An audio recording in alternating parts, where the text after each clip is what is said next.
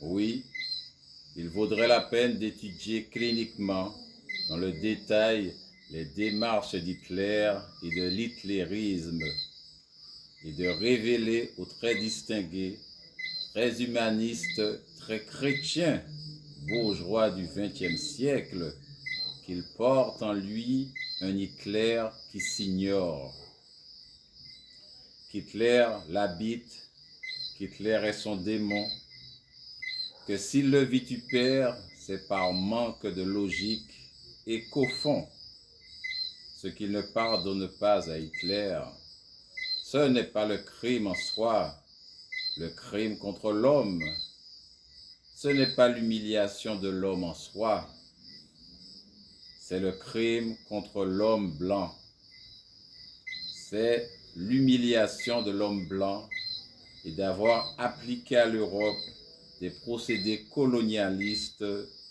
dont ne relevaient jusqu'ici que les Arabes d'Algérie, les coulis de l'Inde et les nègres d'Afrique.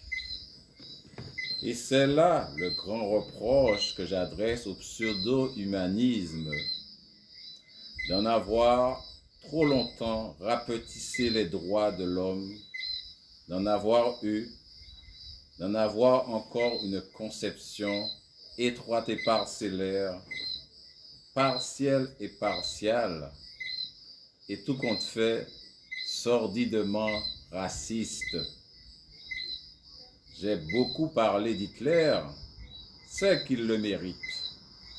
Il permet de voir gros et de saisir que la société capitaliste, à son stade actuel, est incapable de fonder un droit des gens, comme elle s'avère impuissante à fonder une morale individuelle.